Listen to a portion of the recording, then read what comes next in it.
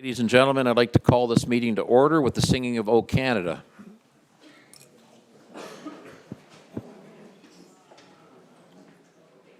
O Canada, our home and native land, true patriot love in all of us command.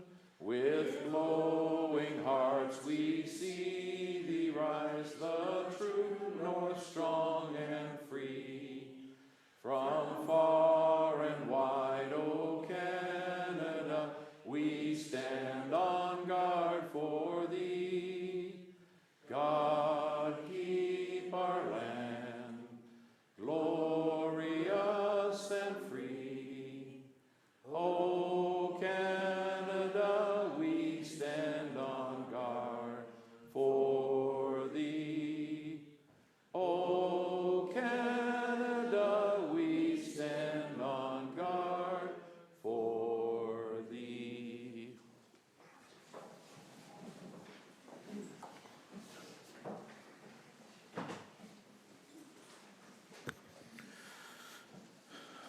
We would like to acknowledge the traditional territory of the Anishinaabe people, including the Ojibwe, Potawatomi, and Odawa of the Three Fires Confederacy.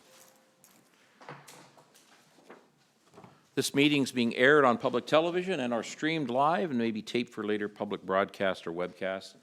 Your name is part of the public record and will be included in the minutes of this meeting. To avoid disruptions during our meeting, we'd appreciate if members of the audience would please turn off or mute your cell phones. Orangeville Town Council, sorry, sound is not going outside, I guess. We could correct that. Orangeville Town Council welcomes and encourages members of the public to comment on matters of interest to them. However, delegates are cautioned that derogatory or inappropriate remarks may constitute slander and could potentially lead to legal action against them. If such comments are made, the delegate will not be permitted to continue speaking, and the comments will not be recorded in the minutes of the meeting.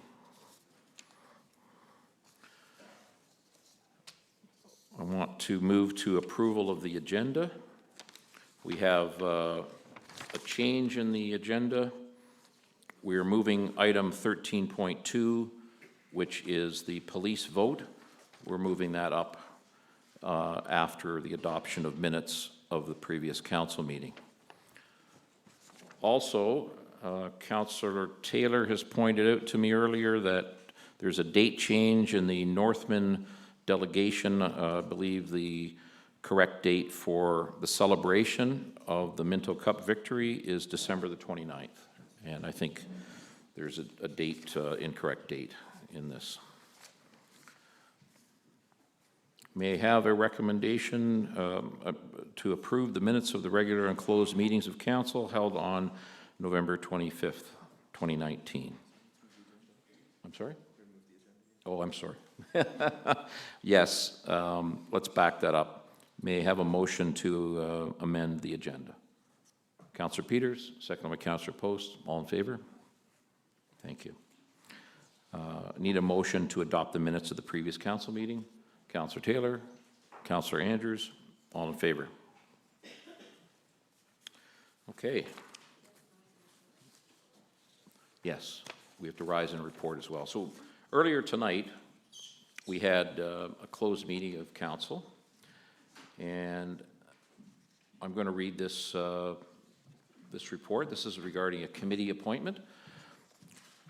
And this motion reads that the confidential report CPS CL 2019-028 regarding personal matters about an identifiable individual, including municipal or local board employees, committee appointments be received, and that council appoint Matthew Smith to Sustainable Orangeville as the Communities in Bloom representative. That staff bring forward a bylaw to amend the appointments of various boards and committees, bylaw 021-2019.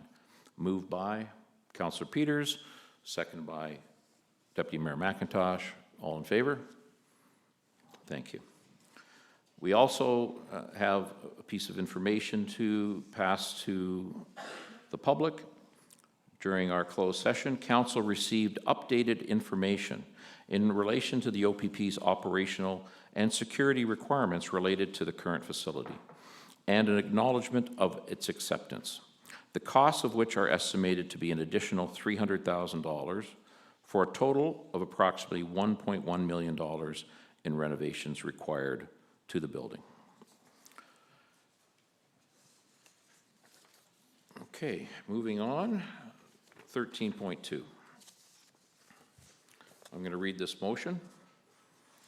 That report CAO-219-011, CAO recommendation for policing services be received.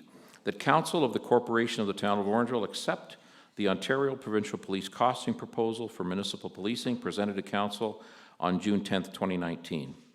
And that a request be submitted to the Ministry of the Solicitor General to approve a police service delivery proposal for policing of the Town of Orangeville by the Ontario Provincial Police. And that Council direct that the appropriate actions be taken to enter into a transition contract with the Ontario Provincial Police, at the end of which the Town of Orangeville will be integrated into the Ontario Provincial Police municipal policing billing model.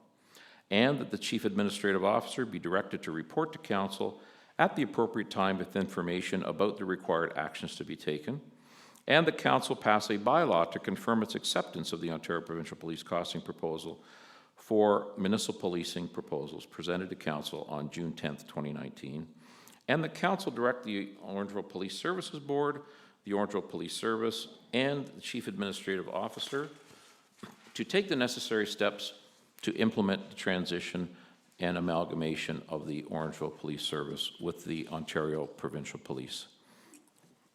So I am moving that motion, seconded by Deputy Mayor McIntosh.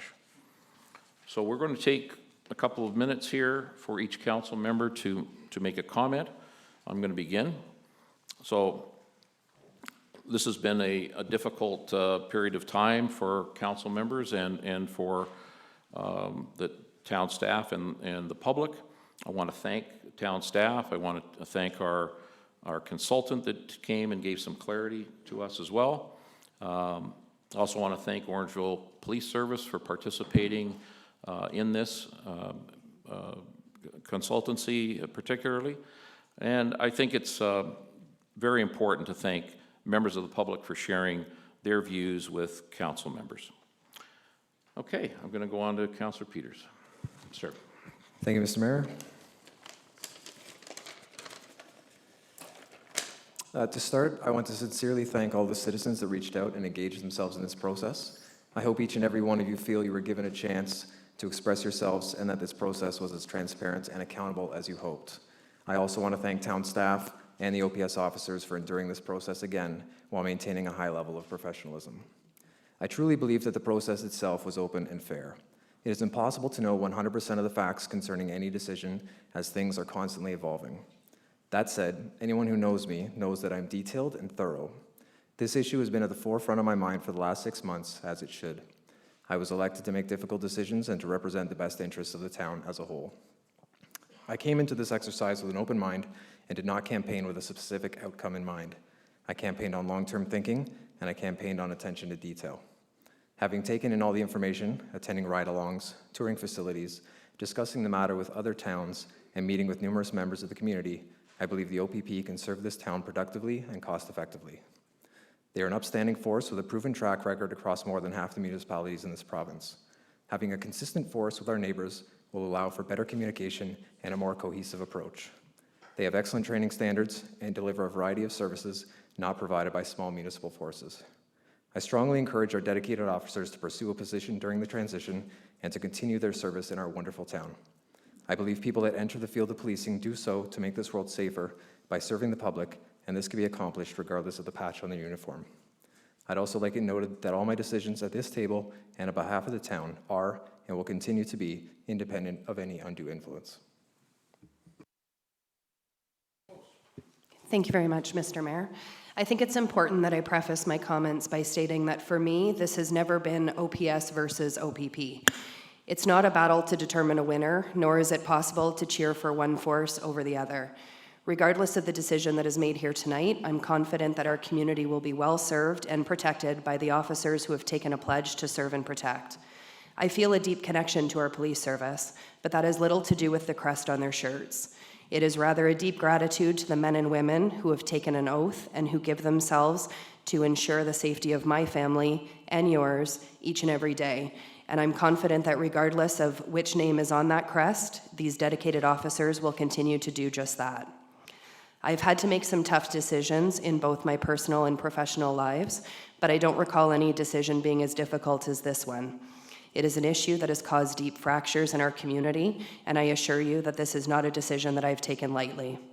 I've spent hundreds of hours digesting costing information, service level data, and listening to every resident who has taken the time to call, email, or ask to meet me in person. I have toured both facilities and done ride-alongs with both forces in an attempt to better understand their day-to-day operations. I have heard heartfelt pleas from both sides, the emotion behind preserving the history that exists within our current Orangeville Police Service, and the cries for relief from our ever-growing tax burden. I have participated in 2 election campaigns, and through both of them, the message from the community was the same. Residents feel overtaxed and underserviced. And while policing was not listed as a key priority for me in my election material during the 2018 election, the voters made it clear that it was a priority for them. As I knocked on thousands of doors just over a year ago, the vast majority of residents were frustrated and confused that the last council didn't further investigate the potential savings that were recognized during the last OPP costing exercise. Citizens are worried that their children and future generations won't be able to afford to live in our great community, and that's a legitimate concern. Through both of my election campaigns, my message remained constant, that I would work diligently to spend your tax dollars wisely, that I would work hard to spend less and be able to accomplish more, that my votes in council chambers would reflect a focus on maximizing our existing budgets and resources. So after careful deliberation and with all due respect to both police services, my vote today is not a vote cast against any one police service. Instead, my vote will be one that I feel will give increased opportunities to our community in the future. Councillor Taylor. Thank you, Your Worship. I guess I'd like to start my thoughts with a note to my fellow councillors. And I guess I'd like to say we've been at this for 1 year together. I think we have collectively made progress on some significant issues together. I have great respect and affinity for each of you. 2020 is a key year. Together we'll make tremendous progress on many initiatives. My message to you is simple and heartfelt. No matter how this vote ends up, I remain committed to working with each of you. I'll do so in a benevolent fashion and for the betterment of the great town that we live in. To Mr. Brennan, thank you, sir, for your leadership. Through this difficult process, I know it was not easy on you personally. We're all fortunate to have you as our very capable CAO. To the OPP and the OPS, I thank each of you for your contributions throughout the process. There is no doubt that Orangeville has the distinct honor of choosing between 2 very capable police forces. I'd be lying if I said I enjoyed this process. The issue of policing in our town has been divisive. It's not lost on me that no matter how I vote tonight, a portion of the town will be very disappointed in me.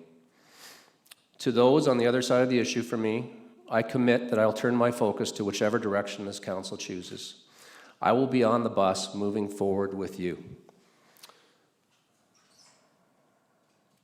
Those that know me understand that I take time with large decisions.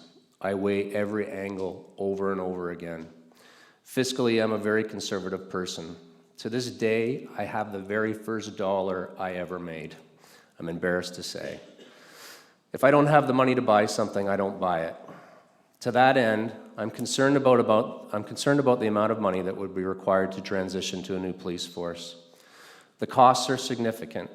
In my experience, initiatives like this always end up costing taxpayers more than was originally thought, including renovations to the police station. To me, getting rid of something does not justify a cost expenditure in the millions of dollars. Under the scenario we're discussing today, we will have spent millions, yet receive no savings for many years to come. I'm not in favor of borrowing, nor am I in favor of utilizing our reserves for such a measure. As part of my decision-making process, I reread the executive summary from the first costing by BDO. The report references 2 things. Number one, BDO states, we feel that the time period extends beyond a point in time for which a financial projection cannot be reasonably estimated. We suggest that the analysis be limited to 5 years. In my own professional life, I do 5-year projections all the time for millions of dollars. I know one thing. I am wrong as soon as I finish the report because after the 5 years, there is enough uncertainty to cause doubt. Therefore, I do not see a point of a 16-year projection. Number two, BDO states, we believe the most significant assumption and variable in this analysis relates to the number of service calls under the OPP billing model. The financial analysis indicates that policing services will cost much less under the OPP billing model. This, of course, raises the question, how can this be?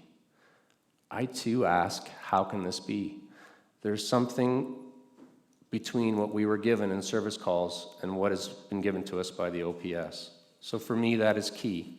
If our assumptions are wrong, then the absolute cost will be higher. To the citizens of Orangeville, there is no doubt that Orangeville has high taxes.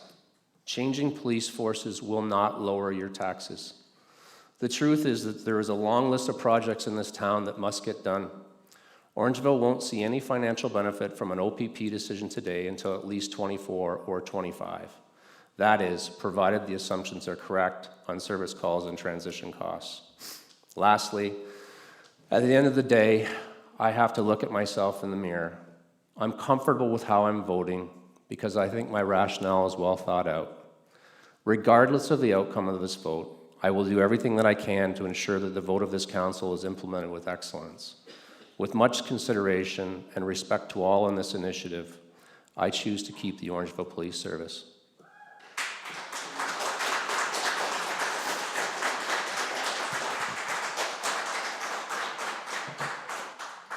Councillor Andrews.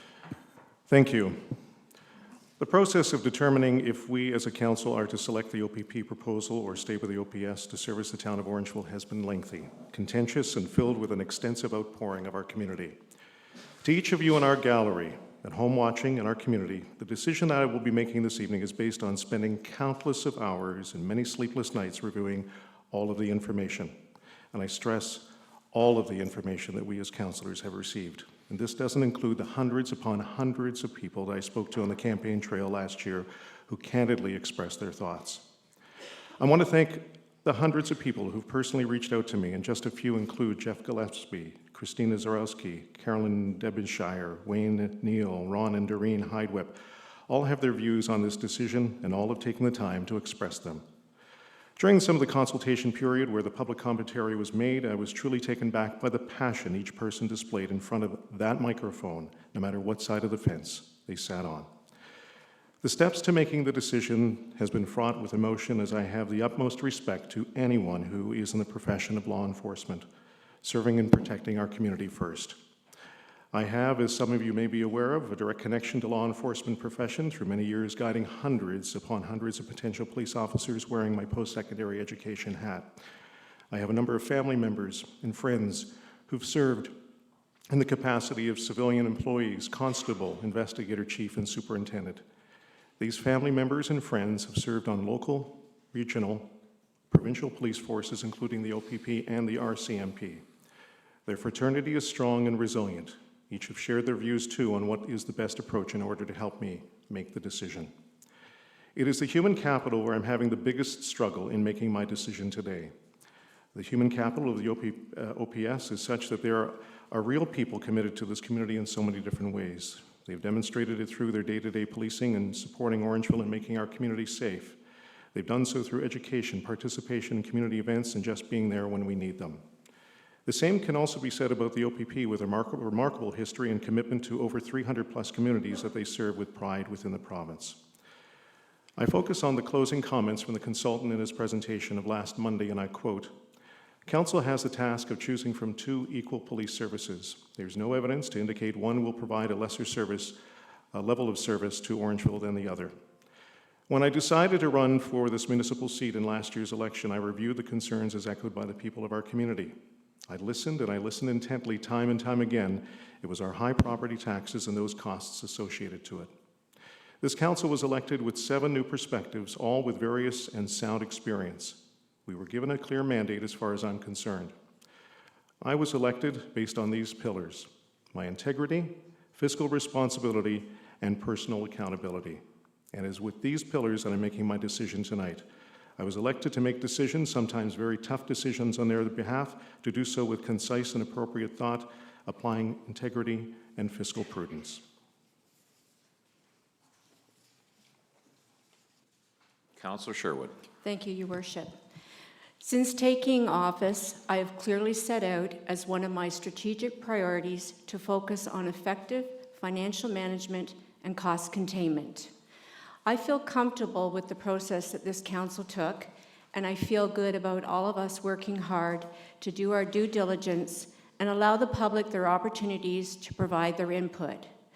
I have been open-minded to all of the Q&As, presentations by both police services, the consultant's report, and lastly, the CAO's report, along with reviewing opinions that have been pro and con OPS and OPP, and I've listened to many citizens on the topic, whether via phone, email, or in person.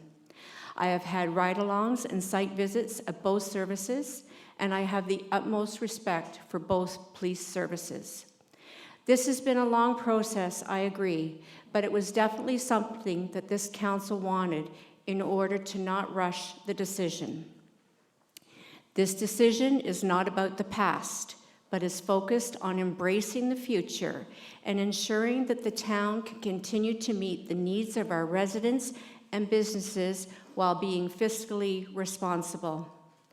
I will be voting with my head and not my heart. In closing, I want to thank my fellow councillors, CAO Ed Brennan, along with town staff, members of the OPS, OPP, and particularly citizens of the community during this process. Deputy Mayor McIntosh. Thank you, Your Worship. I'd like to take a moment just to thank my fellow councillors. I know how hard this decision was, not only for me, but for all of us. It's a tough decision. To the citizens of Orangeville, I thank you for all the emails, both for and against. And yes, I did read every one of them. My decision will not be an easy one that I feel will be best for Orangeville, and one that I can and will live with.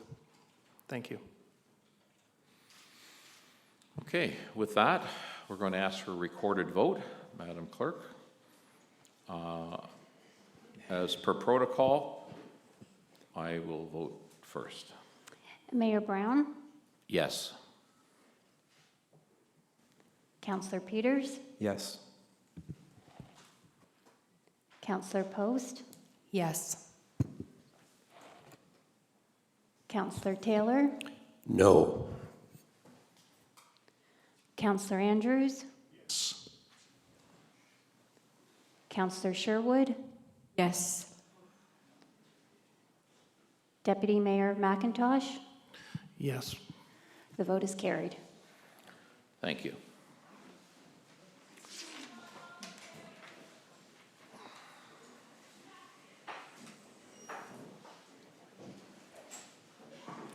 We're going to take a 15-minute recess. Thank you.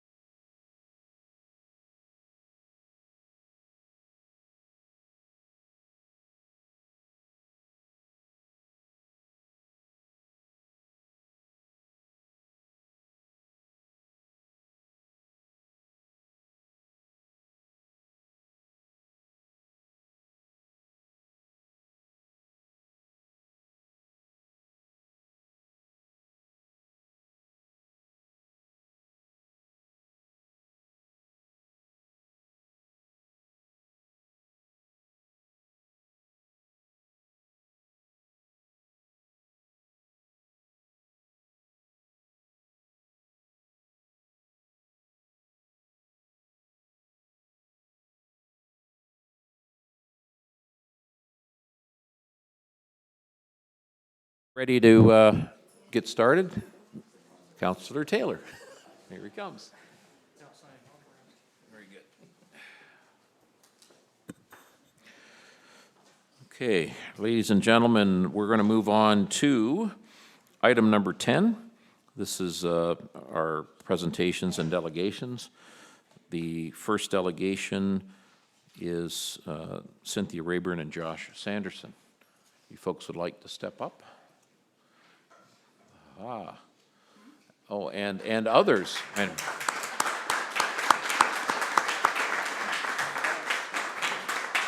yes. We get another standing O. So for those of you watching on television, this is the Junior A Northman Canadian Minto Cup champion. So congratulations once again for that amazing victory. And so Cynthia, I'll let you, or Josh, I'll let you carry on. Go ahead. Oh.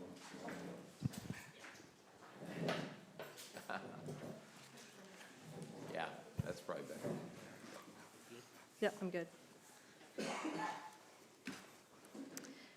Good evening, Your Worship, members of council, municipal staff, residents of Orangeville, and Northman fans. My name is Cynthia Rayburn. I'm an executive member of the Junior A Northman Lacrosse Club. I'm proud to say our family business, Rayburn Construction, has been the corporate sponsor of this team since its inception 29 years ago, and sponsor of the Stingers before that. Here with me this evening is Lisa LeBlanc, Director of Finance, Alana Deacon, Secretary, Nick Rose, Assistant General Manager, and our volunteer, Ellie LeBlanc. On behalf of our club, thank you for accepting our request to address council this evening. At this time, I would like to introduce you to Tyler Halls, Dustin Pratt, Cam McDonald, and Christopher Oregulari, members of your Northman Junior A lacrosse team and 2019 Minto Cup champions.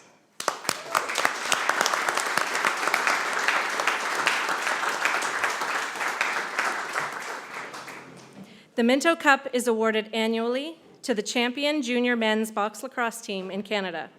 The beautiful silver cup was donated by Lord Minto on May 31st, 1901, for competition among lacrosse teams in the Dominion. At that time, Lord Minto was Governor General of Canada. Since 1901, teams have played for the Minto Cup every year, excluding the years Canada fought in the two Great World Wars. The Junior A Northmen have made 11 Minto Cup appearances, hoisting the cup 7 times. In 29 years, the team has never missed the playoffs. Our record, the total games played in the regular season and in playoffs, is 926 games. Of that, 651 wins, 263 losses, and 12 ties. For the bean counters and engineers in the room, that's a winning percentage of 70%, the highest of any team in our league. Wow.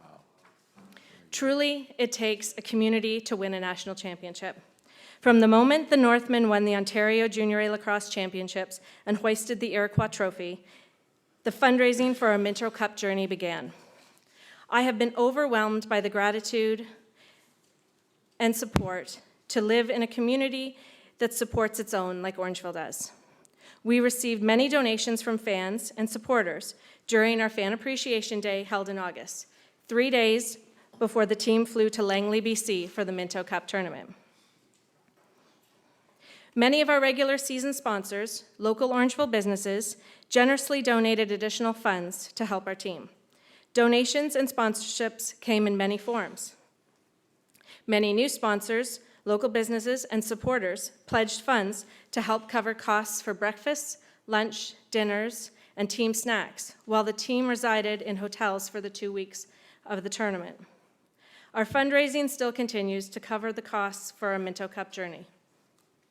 In the past, Orangeville Council has hosted the National Championship Celebration and Banquet for the team and staff. Many members of this council have asked what council and the municipality can do to recognize this great achievement. Tonight, I ask Council to subsidize the National Championship Celebration and Banquet in recognition of the Junior A Northmen's achievements in winning the 7th Minto Cup Championship. On behalf of all the members of the Junior A Northman Lacrosse Club, I would like to extend an invitation to Mayor Brown and members of Council to join us on Sunday, December the 29th, to celebrate this national championship with the young men of the Orangeville Junior A Northmen, the 2019 Minto Cup champions. Tickets can be purchased in advance, and I'd be glad to assist with any requests.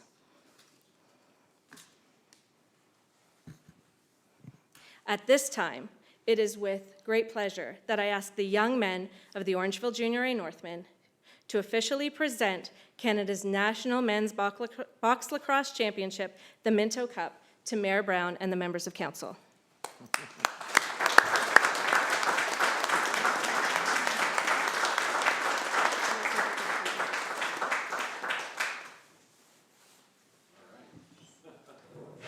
come around.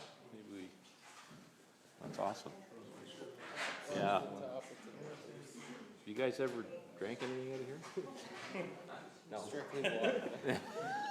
Maybe? Yeah. All right. Let's get a couple shots here, the gang.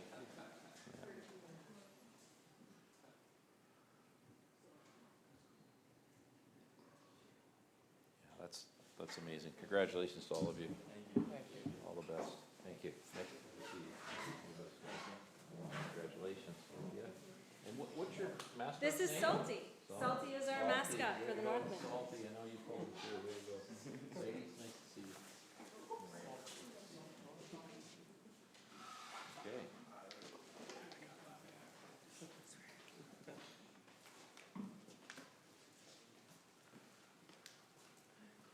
So, Ms. Rayburn, folks come in front of us, and there was no dollar ask here that is there a thought here about what's needed? Okay, a thought.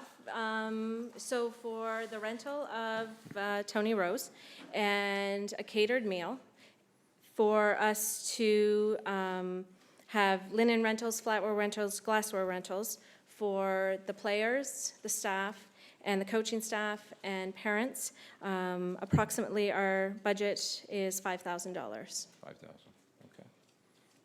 Okay. Any comments from councillors on this item? Councillor Peters. Go ahead, sir. Thank you, Mr. Mayor. Through you, congratulations, and thank you for the presentation.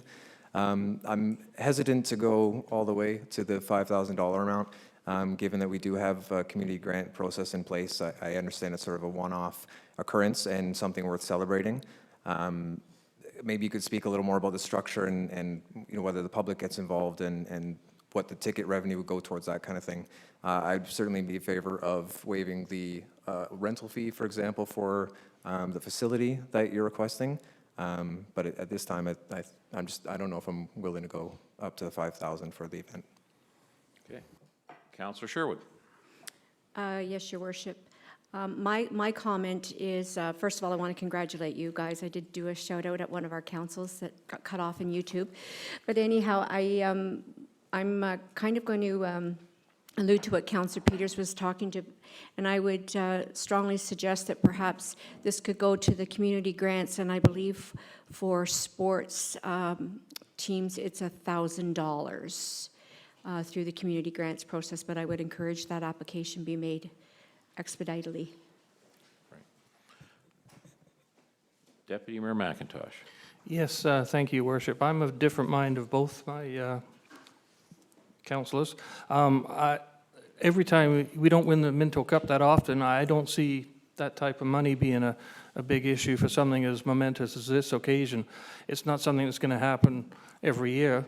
Well, we hope it does, but I would be in favor of a set amount of money, maybe not 5, but certainly close to that. Thank you. Okay. I'm kind of aligned, I think, with Deputy Mayor McIntosh on this myself. It's just, it wasn't more than a few months ago that our Toronto Raptor team won an unprecedented championship, and we did commit, I think in the end, Grant, $4,000 to $5,000, I believe, was, because we did raise money on that. We did cover most of it, but still council did. And as much as we love our Raptors, we love our Northmen more because they're local people here, and we know how important this organization is to the town. And so I'd like to make a recommendation, maybe that we approve something like $3,000 to help defray these costs, and I'm sure there's other members of the community that will step up and cover the balance. So I'd like to make a motion that we commit $3,000. Anybody second? Deputy Mayor McIntosh. Any further comment on this? Councillor Andrews. Thank you very much, Your Worship, and to Ms. Rayburn, and of course the gentleman and the mascot. Again, like many of us, congratulations. I just wanted to pick up on the one comment that the mayor had mentioned, which is the opportunity for other organizations, businesses in the community to provide some support for this very important recognition dinner and celebration. So I'm not sure, where you've gone, but if you need some support, do call on me. I'd be happy to help out in other ways. Okay. Thank you. Very good. Councillor Taylor. Thank you, Your Worship. I'd like to thank Ms. Rayburn for your wonderful presentation, one of my good friends here in Orangeville. So apologize, my friend. I worry again what we're doing here, and it's going to be my same piece, and that is we have a process in place, and we're right back to where we were. We don't have funding for this. This is just out of sorts.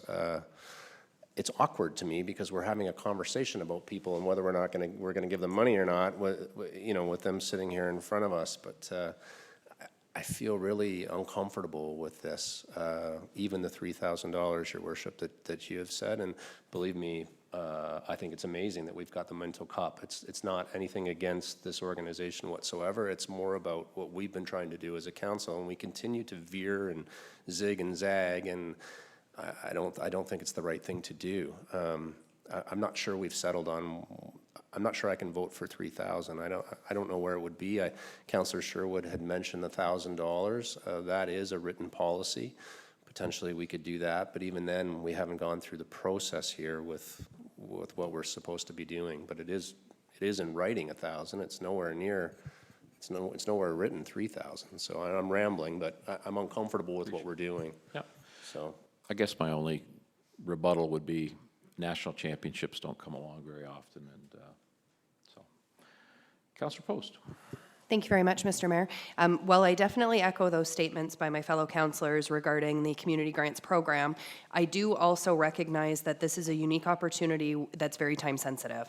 With it coming up at the end of December, I don't think that we have the opportunity for this to get through the community grants process, where I think going forward, if there was an ask for financial support, that would be the process we would expect.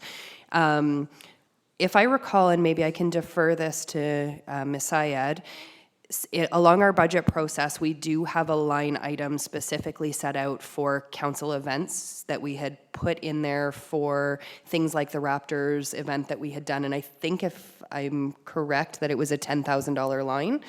Perhaps we can move forward and approve the $3,000 for Ms. Rayburn and the Northmen, and reduce our amount that's in that budget line to $7,000 instead of the $10,000, and then we've got a pocket that it's coming from, just as a suggestion moving forward, because I am concerned about the time sensitivity. And while I want to respect the process of the community grants, I do understand that things like this are monumentous, and we've got a unique opportunity in Orangeville to celebrate our Northmen, and I think we need to do it. Okay. So, got Councillor Sherwood and Councillor Peterson, and I guess we should probably call a vote since we've had it seconded, and then if that fails, then we'll go on to another item. I'm sorry. Treasurer Syed, do you want to weigh in on this? Please. Yes, thank you, Your Worship. Through Your Worship to Councillor Poe. So there is indeed a line item on our 2020 budget. So the budget that was tabled in front of you was 2020 and forward. So from my understanding, you're suggesting that we pay $3,000 out of the 2019 coffer? Okay. Yeah. Okay, thank you. Okay, Councillor Sherwood. Yes, Your Worship. Not that I don't think that this celebration should take place. I have to go back and remind my fellow councillors that we do have a policy and procedure for the community grants. It currently stands at 1,000. If it was 3,000, I would have supported you, Your Worship. Fortunately, I can't support you. Councillor Post, I really respect you offering that suggestion, but we have not approved the 2020 budget as well.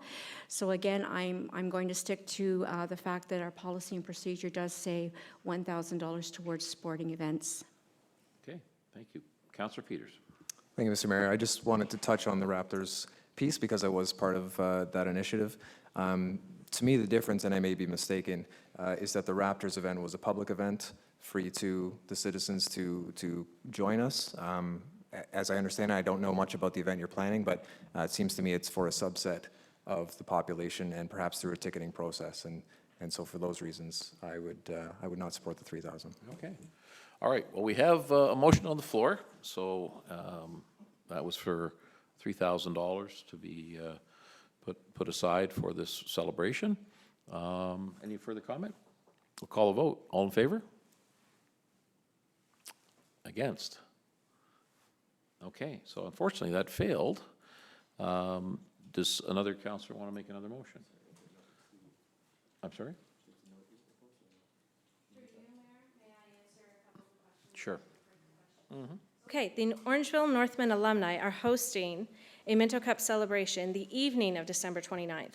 This is open to the public, 7 p.m. to 1 a.m. at Tony Rose, and tickets are only $10. At this event, we are having a DJ who has volunteered his time. We have silent auction items that have been donated. So we are continuing our fundraising process to help pay for our Northman journey to the Minto Cup. The banquet that we are having is where we recognize the national champions. That would be in a luncheon format, which we are inviting council and the mayor to as well. This is a smaller venue because it is basically for the team and parents and our supporters who do come out. Okay. Can we have some suggestion here for Councillor Taylor? Sorry, I'm so sick here. At the urging of just having something going on, I don't know what else to do other than follow what Councillor Sherwood has suggested, and that is I'll put forward a motion that based on the rules and regulations we have now, that we put forward $1,000 for them. Excuse me. Okay, the motion has been seconded by Councillor Sherwood. Any further comment on that? Yes. One thing? Yes. We have put forward a grant proposal through the sports and cultural. That was done just after we returned back from winning the Minto Cup because we only had, I think it was an 8-day turnaround from the Ontario Championships to the date the boys flew out to Langley, BC. So the grant process went in after we'd won the Cup. That was sort of to put forward. This is what we're requesting tonight is our celebration for bringing the Cup home. Right. Okay.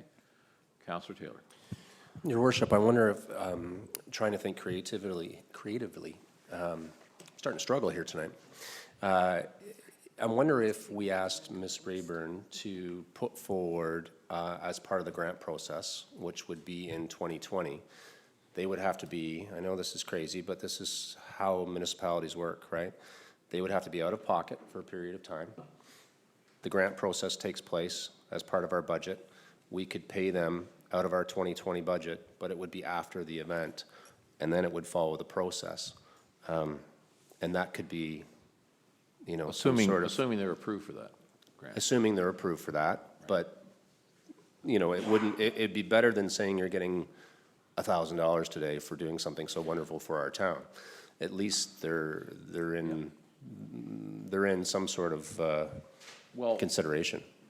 Correct me if I'm wrong, but the application is in now? So The application went in So it will October? be, it will be Yeah. considered, and this would be on top of that? Is that Councillor Sherwood, or is it the same thing? I'm sorry. Ms. McKinney. Thank you. Through the mayor, and the clerk can certainly speak to this. The original application, I think, was related to the tournament itself and travel, and that went into the sports and culture envelope, which is $1,000, which is distinct from the other envelope, which is community grants, which is, I think the council was trying to find the difference between the two. One has a $1,000 limit and the other one does not.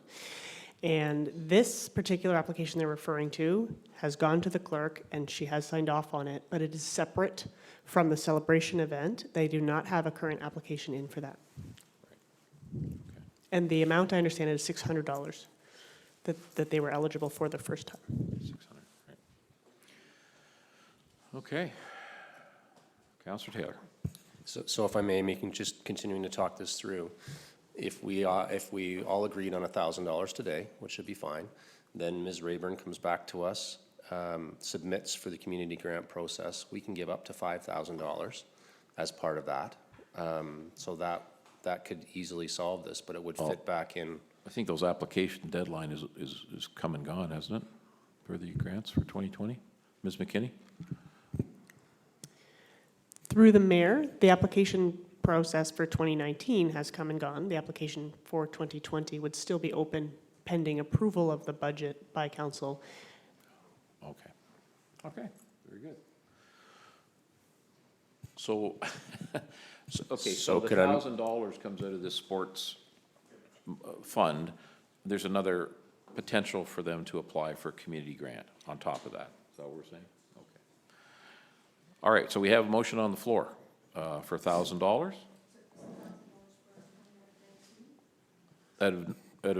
out of 19, right? 2019.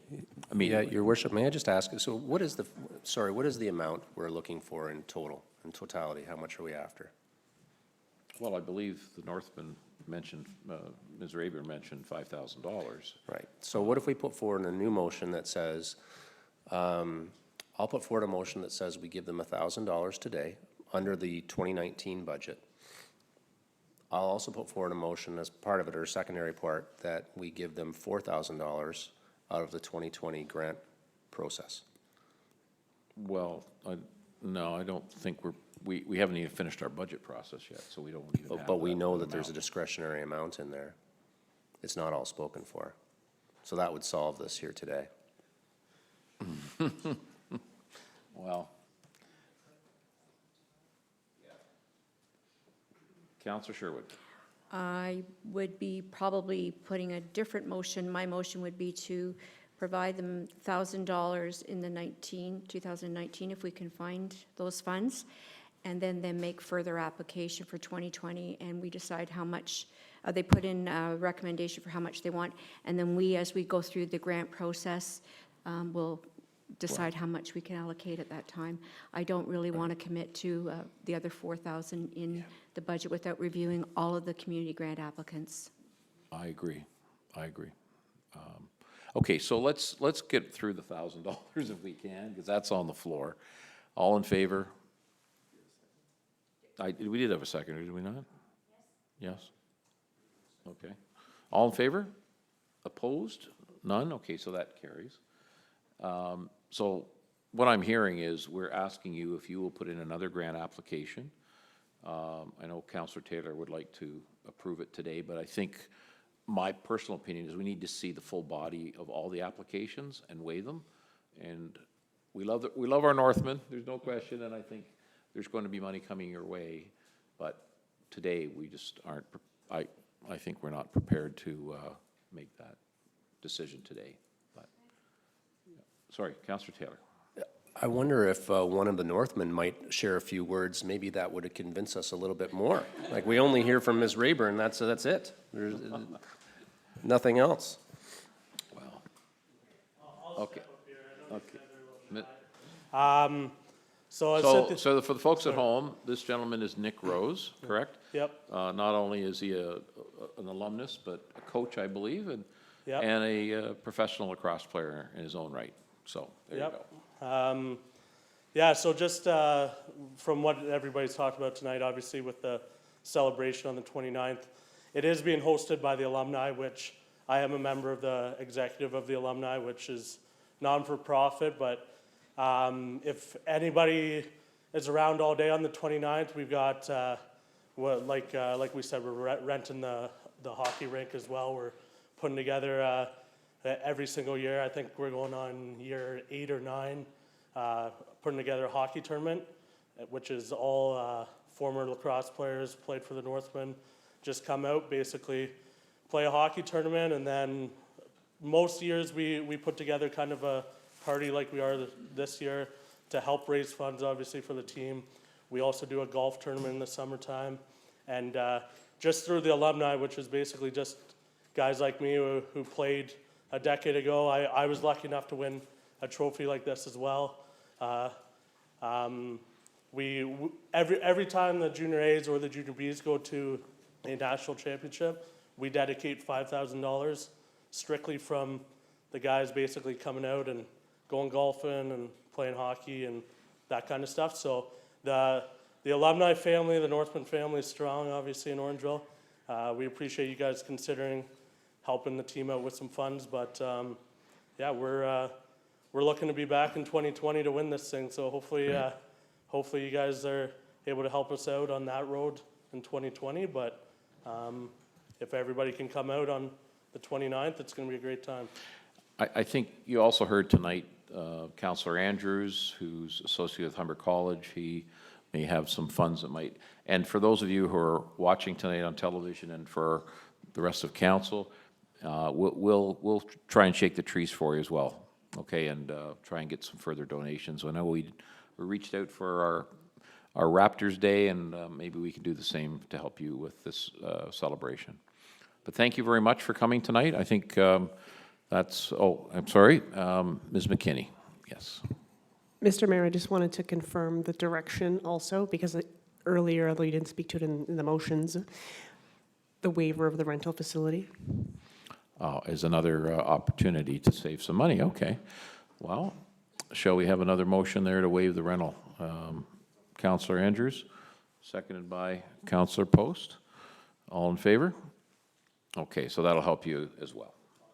All right, we'll be in touch. Thank you so much for coming in tonight, and again, congratulations. Okay. All right, now Deputy Mayor McIntosh and I get to switch chairs, as he will take over for statutory public meeting.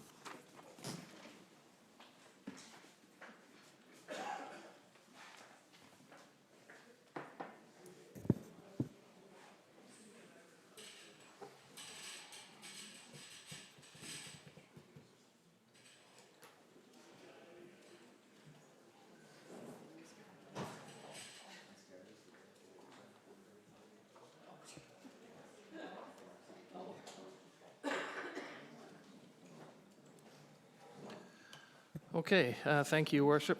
Anyone who speaks and/or wants to be notified of further consideration of this topic by council to complete the notification list on the table. Note that any information collected on the notification list will be a matter of public record. So we start off with a presentation from town planning staff. Good evening, Your Worship, members of council, and those in attendance.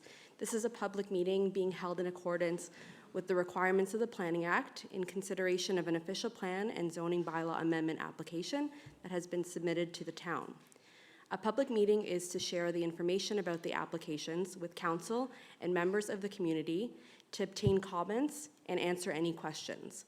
A recommendation or decision on the applications will not be made today. An information report has also been included on this evening's agenda and provides more detail on the proposal. The applicant is also in attendance and will be providing more details about their applications and will also be available to answer any specific questions that may be raised.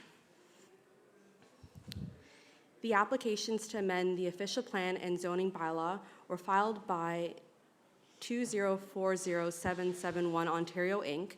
and Habitat for Humanity, care of Matthews Planning and Management Limited. The proposal is to facilitate a 40-unit townhouse development, and the applications are proposing to amend the official plan and zoning bylaw. The subject lands are located on the southeast side of Broadway and Riddell, and are comprised of 2 parcels with an approximate size of 1.107 hectares. The current situation is that the lands contain 2 residential dwellings, 1 on each parcel. The air photo shows the existing dwellings on the subject property, and as you can see, there are 2 single detached dwellings. The existing land uses surrounding the subject lands consist of, to the north, Broadway, beyond which are a mix of commercial uses in the township of Amaranth. To the south, there are conservation lands, beyond which is a single detached residential subdivision. To the east is a residential subdivision comprised of mainly townhouses. And to the west is Riddell Road, beyond which are single detached and townhouse units. This is the site plan that has been submitted on a conceptual level by the applicant. The development is to permit 40 townhouse units on a condominium road. These consist of 19 dual frontage townhouses along Broadway with 21 standard townhouse units behind. Each unit will have 2 resident parking spaces with 10 dedicated visitor parking spaces as well. 1 access is proposed to Broadway. So the official plan, the subject lands are designated residential and open space. The residential designation permits a range of housing types, including singles, converted dwellings, semi-detached dwellings, duplex dwellings, triplexes, quadruplexes, townhouses, and apartments. The open space conservation designation represents areas where the lands are protected for natural features and development is prohibited, and the uses are very limited. The lands are also designated a greenfield area in the official plan, and the town's policies generally support development within the designated greenfield areas, provided that they are planned to achieve a density of 46 resident and jobs per hectare. Greenfield development should also strive to be compact, transit supportive, contribute to creating a complete community, support various modes of transportation, provide a diverse mix of land uses, and ensure a high quality of public open spaces and urban design, and complement the established character of the neighborhood.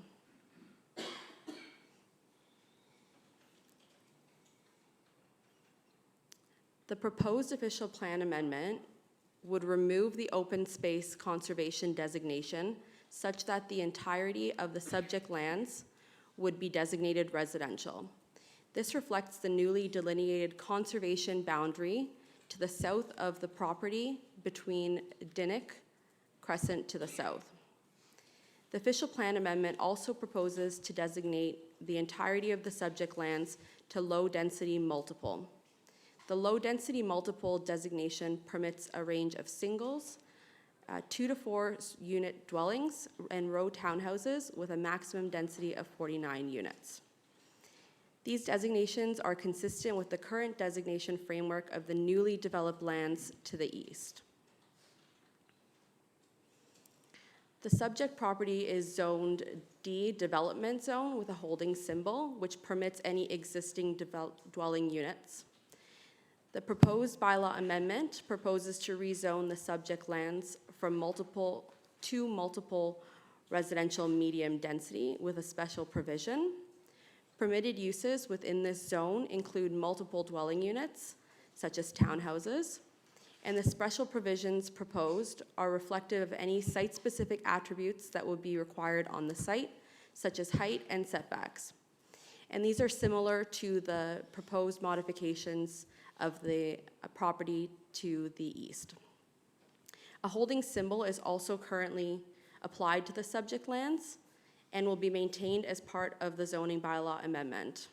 The intent of this holding symbol is to restrict any future use or development of the lands from proceeding until the town is satisfied that there is allocation for the development. The town has undergone circulation to all agencies and internal departments. So far, we have received no concerns expressed by the school board, Enbridge Gas, Hydro One, and Orangeville Fire Services. We've also seen specific comments come in from the County of Dufferin Planning Department, which recommended further review of source water protection. The County of Dufferin Public Works Department that noted that the property should be addressed as Dufferin Road 16 and not Broadway. We'll also be awaiting comments from them on the traffic report. The Credit Valley Conservation Authority has noted that the property is outside of any regulated area. The Dufferin Peel Catholic District School Board has confirmed the student yield, and Canada Post has requested standard conditions be imposed. Continuing on, Rogers Communications requested standard conditions. Rogers Telecom noted that there are existing overhead and buried infrastructure. The Upper Grand District School Board requested a trail or walkway connection be included from the proposed development to Dinnet Crescent. The Environment Division internally requested further information regarding source water protection. The Building Department noted that a turnaround for fire trucks would be required. Public Works suggested that detailed comments will be provided through the site plan approval stage. We've also received some public comments expressing the following questions or concerns. Clarification regarding vehicular access and that it will not be from Dinnet Crescent. Questions regarding the proposed use of the units, whether they will be available for purchase or rent. Questions regarding the timing of construction and the need for pedestrian access from the subject property to Dinnet Crescent. And also questions about the open space block that's proposed between the subject lands and the houses on Dinnet Crescent. So today we are holding our public meeting. The next steps will include a staff review of any comments received through the public consultation and the rest of the circulation. We will also then prepare a staff report, a recommendation that will come to council for your decision. And lastly, the applicant would pursue further planning approvals should the applications be approved. Thank you. Thank you very much. We'll have some questions for you shortly. If I could call on Mr. Dave Matthews on behalf of the applicant, Matthews Planning and Management Limited. It's up there.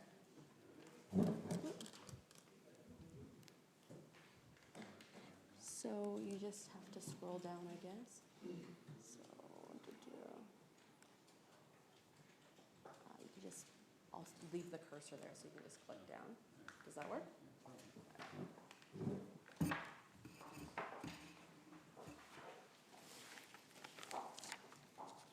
Thank you, Deputy Mayor.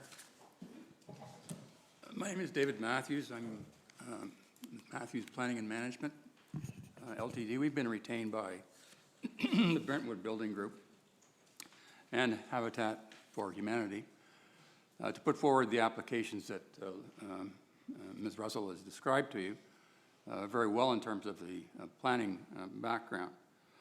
As she indicated, the basic proposal is to develop 40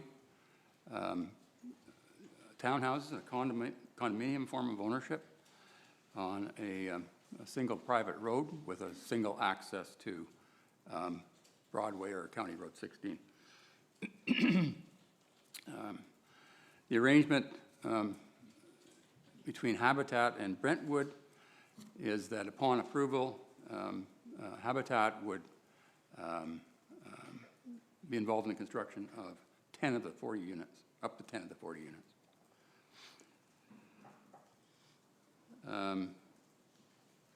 Ms. Russell identified site plan and condominium applications, I believe, being required as a follow-up to council's dealing with the official plan amendment zoning bylaw. The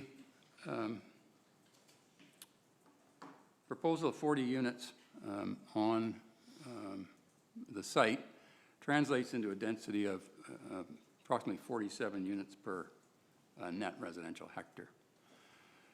The lands currently on Schedule C, the density schedule to your official plan,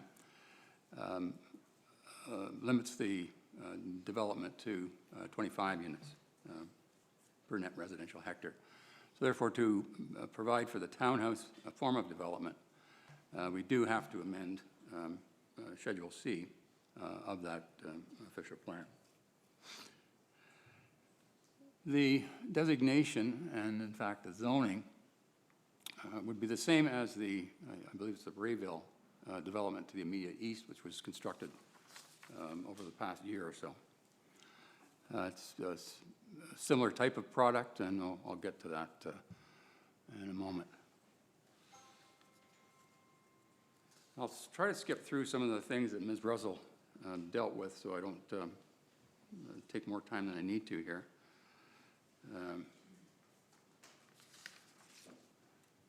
She described the existing use, as you see on this slide. There are 2 existing houses and a garage on the site. There's also a drainage course which runs, let me get a different slide here.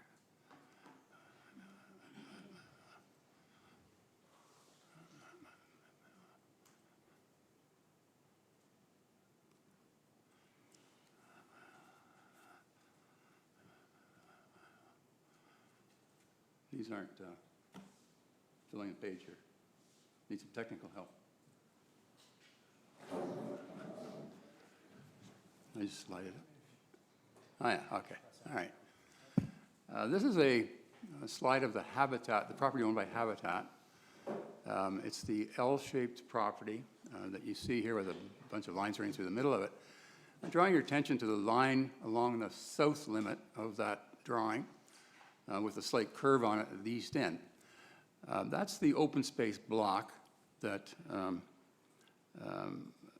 was identified by CVC for protection, was created, and subsequently last year dedicated to the town of Orangeville. So that's Orangeville land, that strip along the bottom. It's the land to the north of that would be developed. And the Brentwood property is up in the northeast corner, that notch out of the northeast corner of that particular drawing.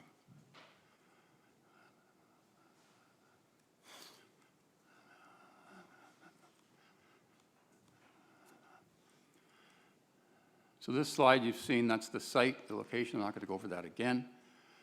The surrounding uses were dealt with by Ms. Russell adequately, I believe. The exists, location, etc.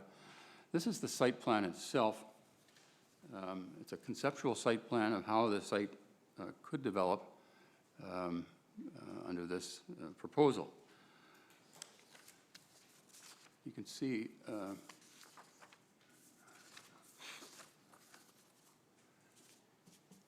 these are fully serviced medium density townhouse units. As Ms. Russell indicated, the units on the closest to Broadway are double fronting units, and I'll show you some elevations of those in a minute.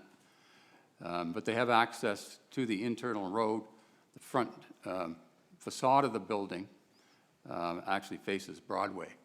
The ones on the south side of that road are standard format townhouses with a garage in the front.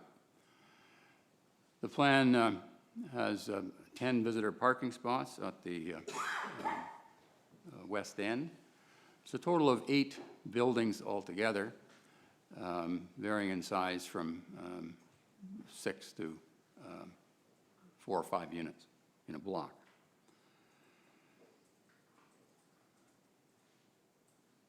There are snow storage areas. They're not showing up on this colored site plan, but at either end of that road there are snow storage areas. We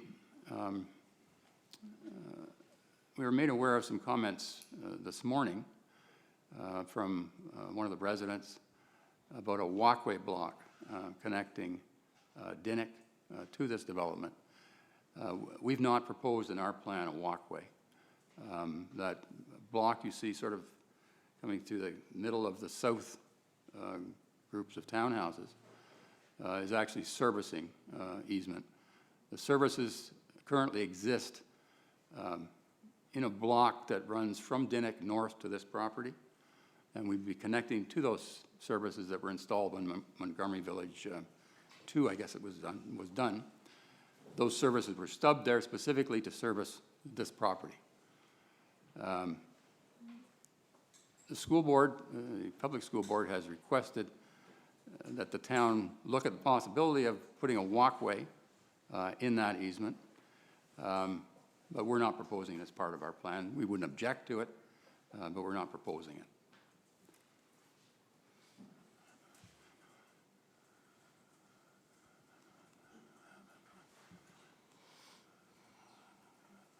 Oops. What happened here?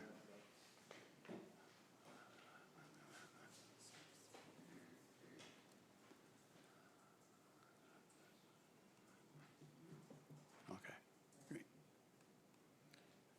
I'll just keep one hand on it. This drawing shows some conceptual elevations of the units. Along the top row are the units that would face Broadway. It has a front door there, but there is no garage or access to Broadway from those units. The access is all from the other side of the unit, which is pictured on the next set of elevations below. You can see the garage doors. There's balconies over for the second floor for access to the outside. And the bottom set of elevations are the units that would be facing the internal road on the south side of that road. I've just put these drawings, or these photographs in, and this is actually the Rayville development. These units would be similar to the Rayville development units in terms of their form and height. And that's the front elevation of those Rayville units fronting onto Broadway.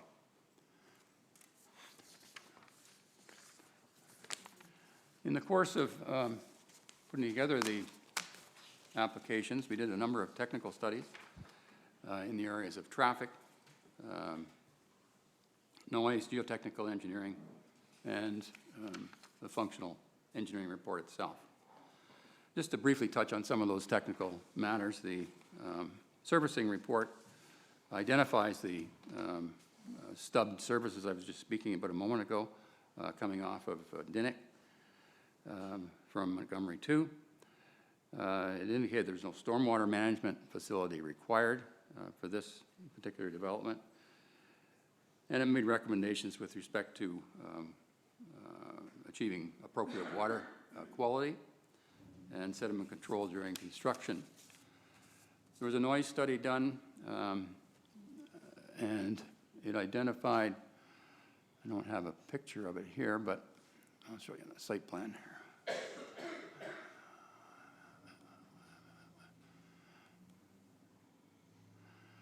The only noise issue that needed to be dealt with is right on this end unit of the most westerly southern block. There's a short noise wall that needs to wrap around the backyard of that unit. Other than that, there was no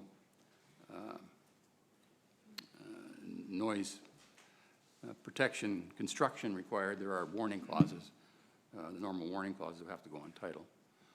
So that little section of wall is approximately 2.2 meters high. There's a geotechnical study done. Didn't identify any concern as far as construction was concerned. And there's a transportation study done, which indicated that the traffic operations at that proposed access to Broadway were adequate or acceptable through the horizon year. The minimum stopping and sight distances from that location to the Riddell intersection were appropriate and acceptable. And there were no roadwork improvements identified as a consequence of this proposal. So in summary, Mr. Deputy Mayor, through you to members of the committee, I believe that the proposed applications for amendments to the official plan and zoning bylaw for this proposal are consistent with all of the provincial planning policies, the provincial policy statement, the growth plan. They're also consistent with the goals, objectives, and policies of the County of Dufferin official plan, as well as the Town of Orangeville official plan. I prepared a planning report which details, and I'm not going to go through it tonight, but it details the manner in which this proposal meets all those planning policy documents. And the proposed zoning bylaw, which was provided with the application, incorporates development standards which are consistent with similar developments within the town, and in fact identical to the Rayville development to the immediate east. So therefore, in my opinion, I believe these applications are appropriate, and I'm happy to take any questions that anyone might have. Thank you, Mr. Matthews. Any questions from members of council? I actually do have a quick question. I noticed right away, because of my previous profession, you didn't have any turning lanes in there for emergency vehicles. It was mentioned that they're going to be put in. Will that not change your design significantly? No, that length of road meets fire department standards. Doesn't need a turnaround. Okay. The standard is 90 meters, and that road is 90 meters. Okay, I thought the building department said it was required. Not that I'm aware of. Ms. Russell? Through you, Deputy Mayor, the building department identified that the road was 91 meters long, which would require a turnaround. Should the applicant reduce it down to 90 meters, a turnaround would not be required. Thank you for the clearance. Councillor Andrews. Thank you very much, Deputy Mayor. Mr. Matthews, thank you very much for being here with your presentation. I'm over here, actually. I'm way over here. I'm hiding behind this. I'll squeeze over to my other councillor friend here. Again, thank you very much for your presentation. You did make reference to that walkway. And again, demographically looking at the types of people who may be residents in that community, we do have an elementary as well as a secondary school to the south of Dinnick. And so, again, my curiosity is such that you've indicated clearly that at this point it's really not on the agenda for you to consider that to be an official walkway, but I would be really concerned about the safety of the students and young people in particular who would have to walk all the way around because there is not a sidewalk on the Riddell bypass at 109, or as it's identified as Broadway. So it would be a rather lengthy walk for them to proceed, and again, there might be an option. I'm not sure if that would end up falling under the school board's designation for school board, or I should say school bus pickup, but I'd certainly like to hear a little bit more about your reasoning behind that.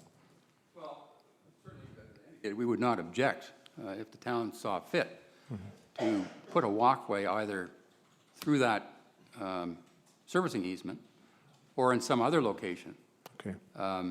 Somewhere else on the plan. We would not object to that. We'd accommodate that. Now, again, this would be a question for Mr. Jones, and I apologize, Mr. Matthews, but I do need this question answered. Would this be a walkway where the town would be responsible for snow clearing, you know? Through you, Mr. Deputy Mayor, to Councillor Andrews, I suspect that this would be similar to the walkway from the Rayville development. There was considerable debate when that development was proceeding through the approval process with respect to having a pedestrian connection for that complex to the remainder of the town's sidewalk network. Ultimately, what was decided was that they would be required to put one in, but that it would be the responsibility of the condominium corporation to do the maintenance on it, as it would be on private property, and it's not appropriate to send the town's equipment onto private property. There was also some concerns with respect to grades of this walkway for winter maintenance as well. So that was how it was handled at the adjacent one, and I suspect it would be handled in much the same way at this development as well. Thank you for that clarification. Your Worship. Deputy Mayor.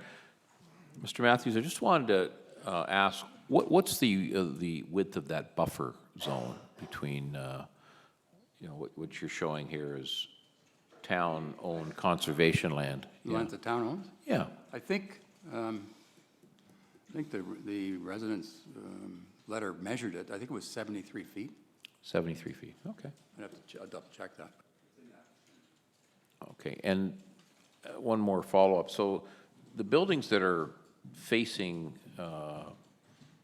Broadway, they have front elevation there, and then on the back, they all have garages, is that correct? Based on that elevation drawing? Outside of the unit. Okay. So when you say back-to-back, you're just talking about the fact that they have two elevations, front and back? That's right. Okay. Great, thank you. Drawing agreement.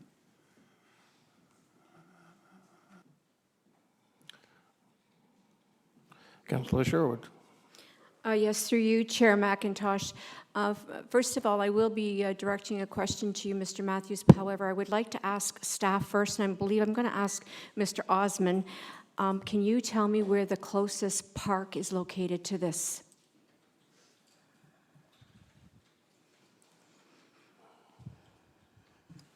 Closest park to that site would be Finley. On Montgomery, across from Montgomery. Across the highway. Correct. You'd have to go across on the traffic light. Okay, so now I'm going to pose my ask of Mr. Matthews. I would be concerned that the demographics of the people that will be purchasing will be young families with children, and I'm wondering if you can consider putting some type of parkette somewhere within that development, so that at least the children will have somewhere to play, and they don't have to play on the street or unsafely cross a major highway. With that, certainly. Thank you. Councillor Taylor. Thank you, Chair. So I'm quite thrilled that Habitat for Humanity is coming to Orangeville. I think it's long overdue and a wonderful thing. I just think as those relationships grow, we need to be respectful of the people on Dinnick. So a few comments, and maybe I'll just ramble for a minute and then you can offer your thoughts. You mentioned the noise on the west side of that street. I knocked on every door on Dinnick through the election campaign, and most people on that one side, it would be the west side, were concerned about the noise from that road. You know, traffic and trucks and that sort of thing, so much so that they wanted to see if Mr. Jones would eliminate trucks from the bypass. Mr. Jones said no. So I think that's one concern for me that I'd love to hear your thoughts on. The tree buffer, Your Worship, you've beat me to the punch on the 73 feet. That does sound like quite a bit. But in the time that the lot has sat in the way it has, and, you know, candidly, I don't love looking at it. I go by there every day. It's not a beautiful lot as it sits here now, and I'm sure that your development will be much nicer than what we currently have now. No offense to anybody that's there, but foot firmly in mouth. But the tree buffer will be very important to the residents on Dinnick. And I guess, you know, it would be good to work with them in some sort of way, either some sort of walkthrough or understanding of what trees would come down in that 73 feet. They are quite mature now and you know, meaningful to the people that back on. And I guess my last concern is there is a small river, like a creek, that goes through that property. And I'm just curious if you'd thought about exactly how you would do that. Again, I'm not the engineer. I like to give Mr. Jones some jibes here, but how would we make sure that that water was still flowing and not another issue for flooding and whatnot as we develop that land? I'll answer with your last question then, which I can't answer myself tonight. I'm not an engineer. But it's dealt with in the functional servicing report that was submitted. I can't remember the detail of what was going to happen with that creek, but it is dealt with in there. And that's all I can assure you of tonight. On the issue of the trees within the town lands, that 73 foot buffer. There's really no reason why any of those trees have to come down that I'm aware of, except where the servicing easement has to come through.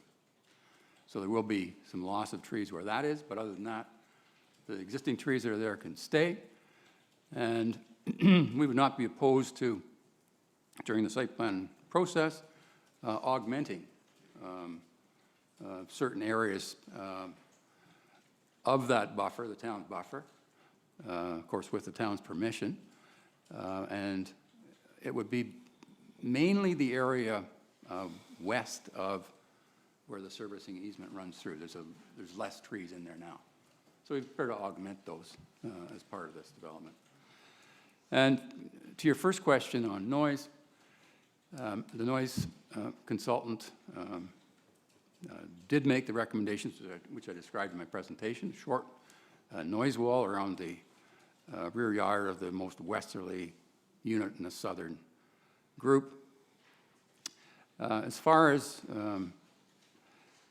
noise is concerned, if there is a noise concern from residents on Dinnick with respect to Broadway, there's nothing we can do about Rationale. But with respect to Broadway, the noise will be significantly reduced, I would suggest, by the construction of these units, which will act as a sound barrier from traffic on Broadway to anyone down on Dinnick.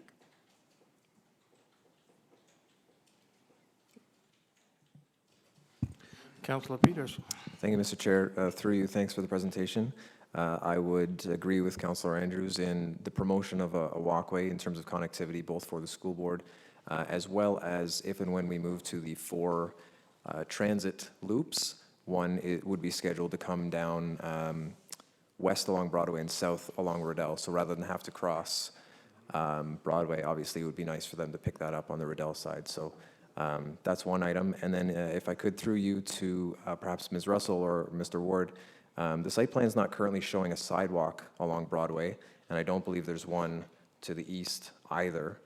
Is there a reason that we don't have that shown, or is that intended for that portion of Broadway? Or Mr. Jones? Through the Deputy Mayor to Councillor Peters. Again, there's some history to this that goes back very much to the Rayville development that's next door. And again, it deals with pedestrian connection to our sidewalk system.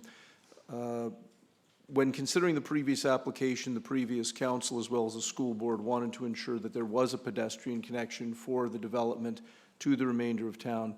And a variety of things were considered, including a sidewalk along Broadway, either heading east towards the Sea Line or heading west towards Rationale Road. There were significant challenges geometrically with putting one in either of these locations, and it was prohibitively expensive as well. The decision was made that a compromise was putting in this pedestrian connection through the rear of the property that I believe goes through Morrow Crescent for the previous development, the Rayville development, and that was considered an adequate pedestrian connection that would then be maintained by the condominium corporation. Similarly here, I suspect that many of the same concerns with putting in a sidewalk along Broadway would exist in terms of where it would have to go and how much it would cost, and that perhaps a more practical approach is to once again require the condominium corporation to put in a pedestrian connection to the town sidewalk system and have them maintain it. Your Worship. Just one further question. As I look at the Rayville development and a bit of a stub road there, there's no intention to connect these two developments, is there, Mr. Jones? Unless I'm corrected by planning staff, I don't believe that that's the case. There is no, there's no plan to do so. Mr. Taylor. Thank you, Mr. Chair. Just one final question, and this is my best Councillor Peters imitation. I'm wondering, when the walkway comes out and some of the trees have to come out, if it would be possible to save some of those trees and take them out and spade them and potentially bring them somewhere else within town Is that possible? I'm looking at, no, you're saying no. Why is that? It would be so nice if we could save some of these guys and put them somewhere else, would be my thought, so. Go ahead, Through Mr. you, Earl. Deputy Mayor, to Councillor Taylor. One would like to do that, yes, absolutely, if one could do that. I've gone through that area several times in the last few months, actually, because we were looking at the area. Just for council's information, that particular area is cited on the Trails and Cycling Master Plan. The trees themselves are, there's some really old trees down in that area, and they're quite large, and to try to move them would be difficult. And to get access into the conservation zone would be difficult. It is a good space, but as you alluded to earlier, there is a creek that runs through that area, so there is some wetland in the area. You may get some trees that are close to the site that when he's doing some, the actual work on the site, but it'd be difficult. The best bet would be to plant some trees and augment what's in the area.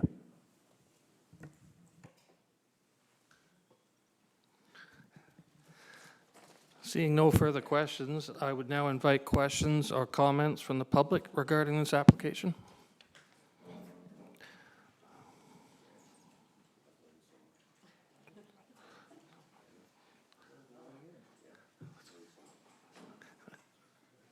Please state your name and address, please.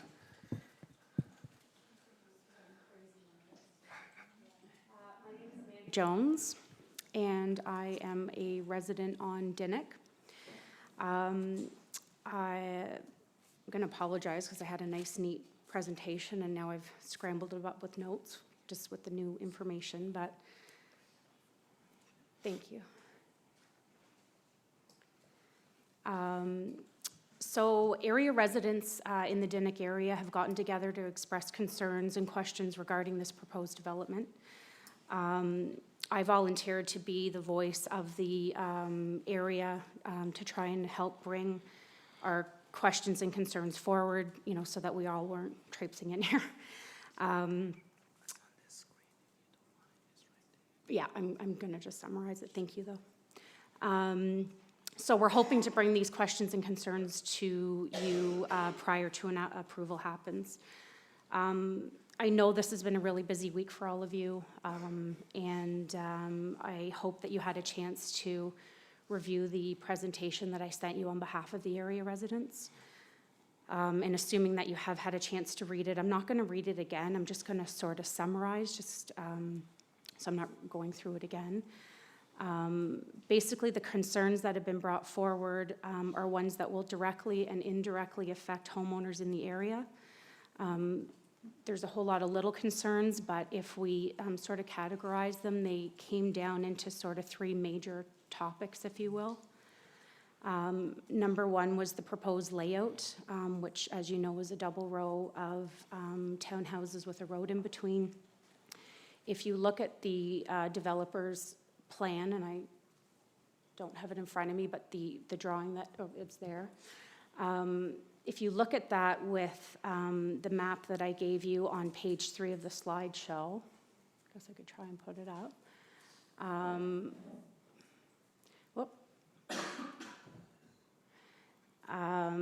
You can see that the development proposal is very deep, and it's going to force the new townhomes to go very close to the existing homes and well into the treed area and wetlands.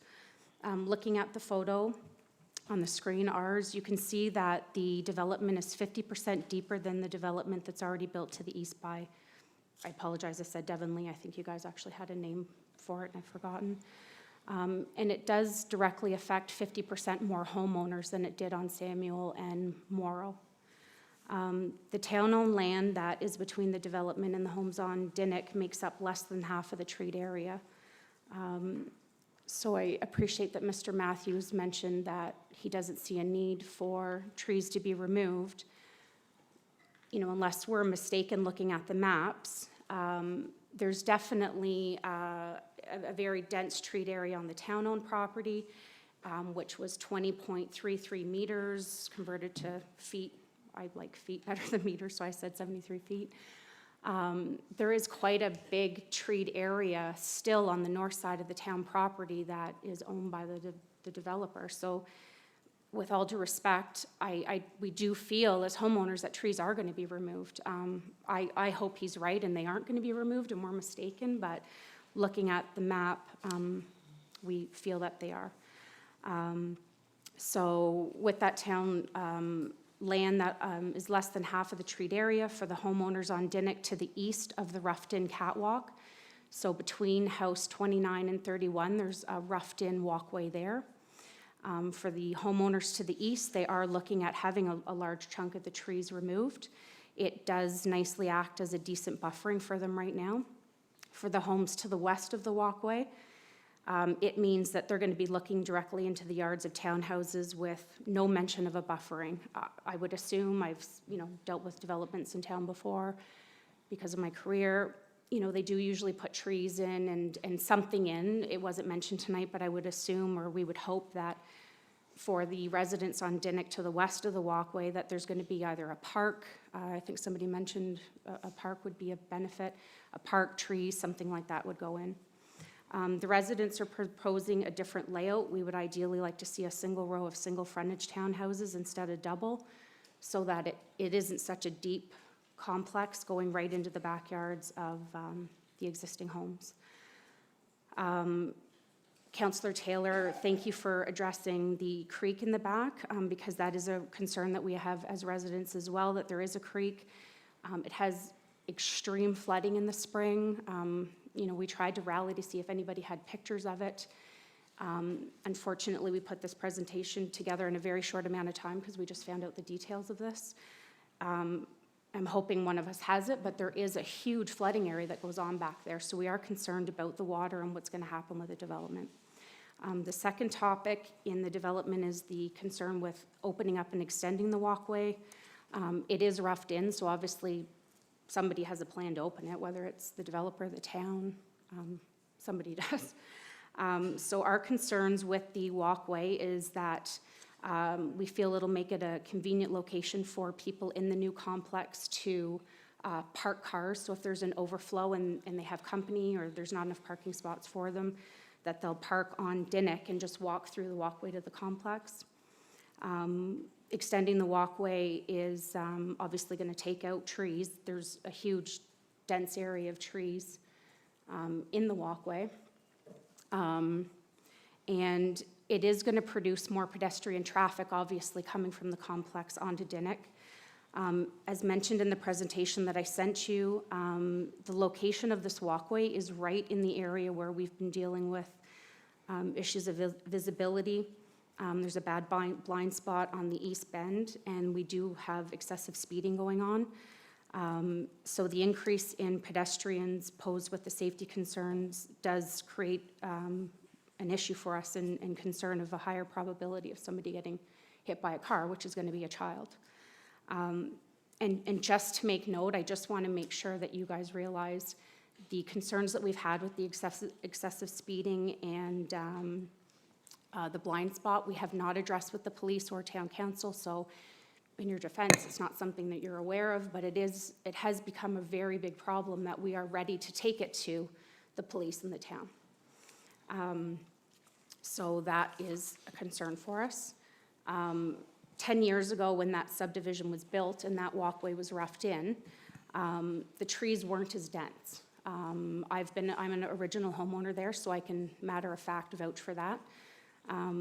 They were, obviously 10 years of growth on some of them, but some of them were already there. And so we're dealing with 10 to 30 years growth of trees. Very wetlands. There is a creek. The creek was fairly dry when the subdivision was built. I'm not sure, I'm not an engineer, I don't, build, but for whatever reason, when the subdivision was built, the land has increasingly got very wet over the 10 years. It has changed. It wasn't that wet 10 years ago, and the trees are denser, the waterway is deeper and wetter. Wildlife is established in there, so that's a concern. Our proposal on the walkway, because it's one of the biggest concerns we have, is if it could be relocated and tapped into the one that's on Samuel Court. It's already there, it's already existing. We thought that it was actually a town-owned walkway, realized tonight it's not. So I'm not sure how that would work, but that would be our proposal, is if there's any way that you and/or the developer could consider, because obviously that subdivision needs a walkway. I think we all, agree with that, but if they could move it over to Samuel, it would alleviate a lot of the concerns we have on Dinnick. The third point is traffic. I'm not going to get into a lot of it with you, because obviously you'll have a study and the County of Dufferin will be involved, but we do feel traffic is an issue up on Highway 9 or Broadway. The existing subdivision that's already there to the east, for anybody, and this doesn't just affect residents in the area, it affects anybody in the community, anybody coming in and out of Orangeville. It's already a backlog when you're trying to get from Veterans Way to Riddell Road, so we do have a concern with that as well. We all recognize and agree that development is a natural course in town and it is needed. We're not trying to fight development, we just feel that development shouldn't hurt existing homeowners. For a wide variety of reasons, there's many concerns that we all have that have made this a very sensitive subject for the homeowners, for pretty much all of the homeowners. New development and the unknown of what a new development brings, what it will entail, what it does, or what it'll look like is obviously very scary. Unknown is always worse than, what's there, and we hear about that all the time in town. As much as developers want to make money, the town wants to expand. Homeowners want to continue to have pride of ownership and maintain, or better yet, increase their home values. And you're all homeowners, so I'm sure you can appreciate some of this thinking. We are passionate about where we live, we love where we live, and we want to continue to live, love where we live. So we're hoping that you will consider our concerns. We're just residents, we're not engineers and professionals. There was a lot of information we didn't know coming into the meeting today that we do now. But we hope that you will consider our concerns before you make a decision on an approval and include us in things so that we can have a voice as well. Thank you, ma'am. I believe Councillor Taylor has a question for you. Councillor Taylor. Thank you, Mr. Chair. Thank you for your excellent presentation. I love the way it was put together. It's very easy to follow along. I'm just curious, in your profession, Ms. Jones, by putting this development on the back of Dinnick, or the front of Dinnick, I guess, however you want to put it, in your professional opinion, will that hurt the value of those homes? And if so, what is your thought process there? And if I may just keep this open, Mr. Chair? I do have to separate. I'm a realtor, for those of you that don't know. Obviously, I have to separate business and personal because I have an emotional side to this, obviously, as a homeowner.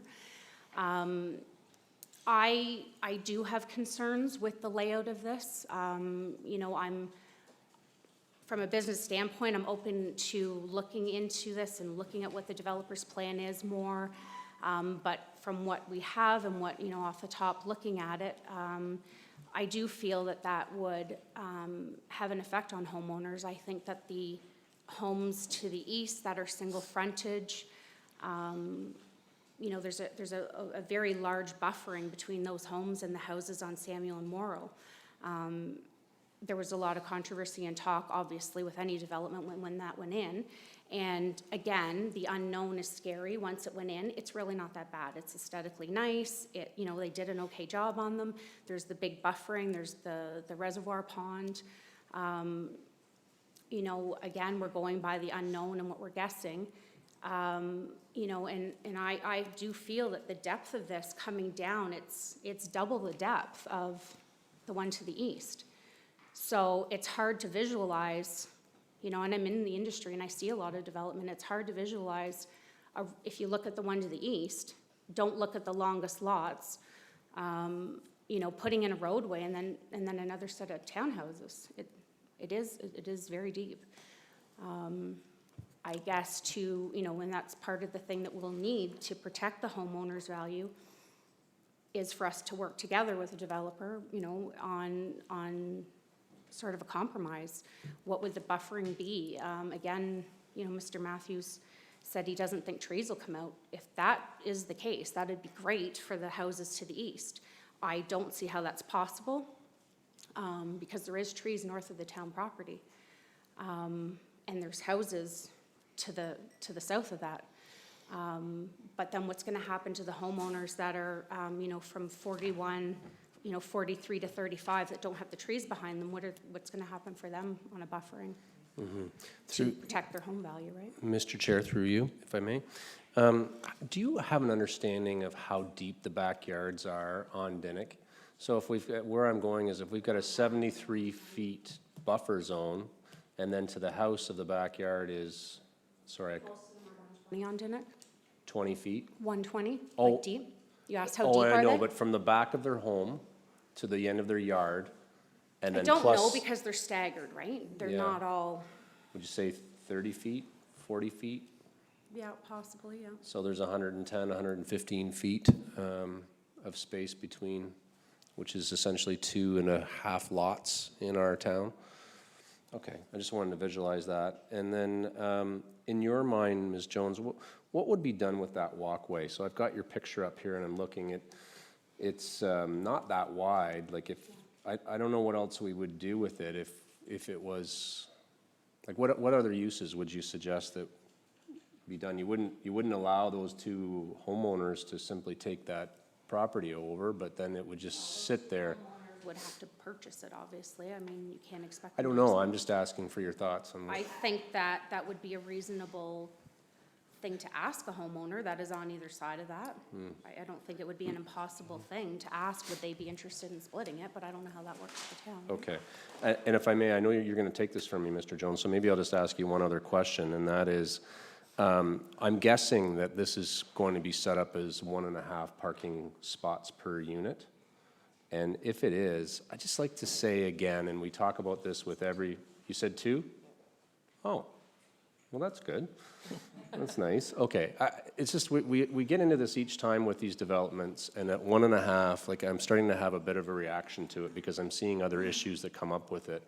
And there's just not enough parking, especially with the way families are in Canada today and in Orangeville specifically. So I'm glad to hear that it might be 2, but I'll turn it over to you. Go ahead, Mr. Jones. Through the Deputy Mayor to Councillor Taylor, that block on Dinnick that we refer to as the Walkway block is actually a servicing block. There is water main and sanitary sewer under it that was put in place specifically to service any development that would take place on the subject property. So that's where their servicing connections will be. So that's a block that needs to remain as town-owned land. Because there's servicing underneath it, it makes it an ideal location for a walkway as well. But we couldn't sell it off.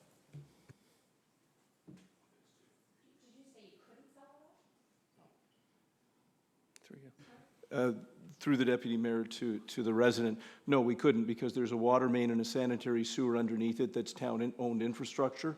We need to maintain that infrastructure. That water is going to be supplying all of these 40 townhouses or whatever the final number is, and it's going to be carrying the sewage from those 40. We need to maintain that property in the event we have to maintain those services.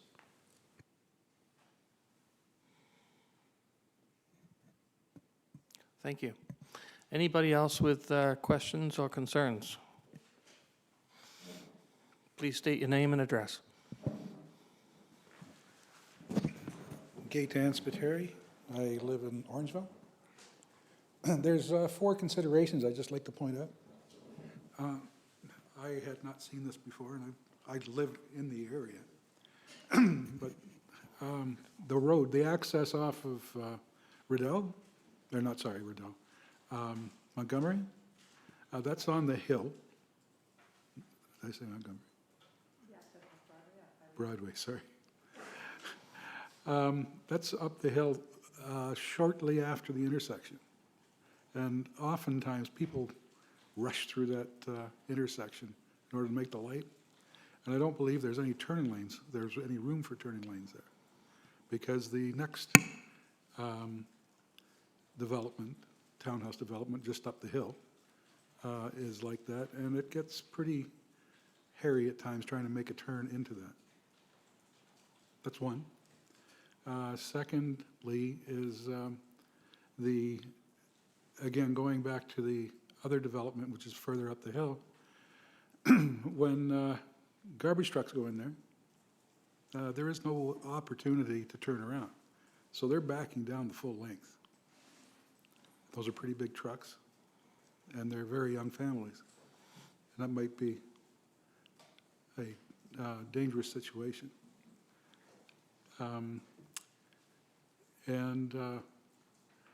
Another thing was, isn't there a tremendous amount of fill that's going to have to go in there?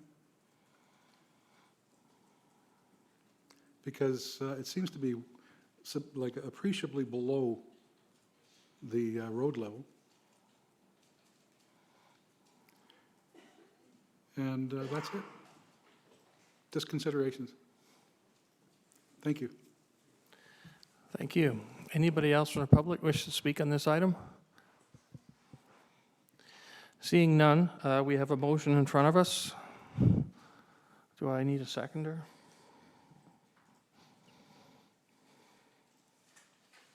It's received? To receive, yes. Who's your mover, sorry? I need a mover and a seconder. Yeah. The mayor's moving it. We need a seconder. Councillor Sherwood.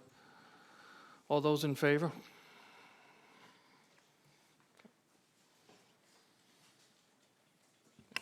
If I may, if I can just ask those that wish to be notified when this matter comes back before council, just a reminder to make sure that you sign your name and address and your contact information at the desk here. Thank you.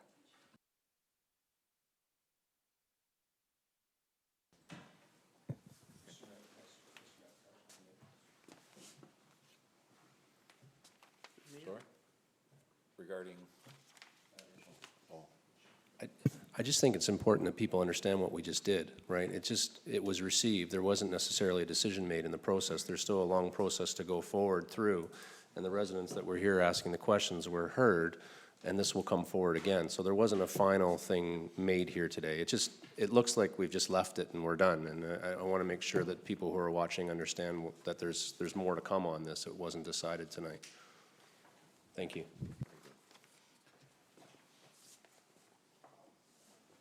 okay. Ladies and gentlemen, we're going to call a 5-minute health break right now. So.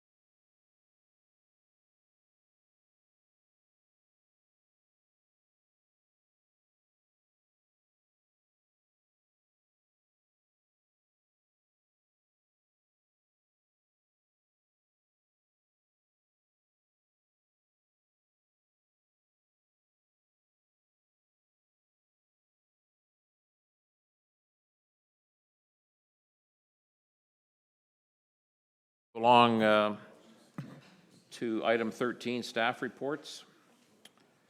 First of all, we missed this earlier, but there's a staff report on the policing services for the town of Orangeville prepared by POMAX. Recommendation that the study and analysis of policing services be received. May I have a motion to receive? Councillor Post, seconded by Councillor Taylor. All in favor? Thank you. And then moving along to 13.3, this is the water pollution control plan expansion and a recommendation that the report IS-ENV 2019-017 water pollution control plan expansion and upgrades, generator number 1 upgrades be received, and that $225,000 be transferred from the wastewater reserve fund to the water pollution control plan expansion and upgrades capital project. Let's have a motion to receive this, I guess. Councillor Peters, seconded by Councillor Sherwood. Commentary. Mr. Jones, could you just give us a little background here on this, please? Certainly, Your Worship. This is work that was not anticipated at the outset of the water pollution control plant expansion and upgrades project. Part of the work that was required as part of the project was to replace a fuel tank and some associated piping for the original generator that's used in the event of a power failure to keep the pumps on and so forth at the water pollution control plant.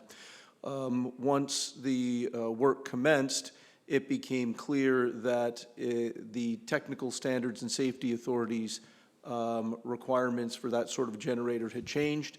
And once we started making these sorts of changes, the TSSA was going to require us to meet all of their current regulations.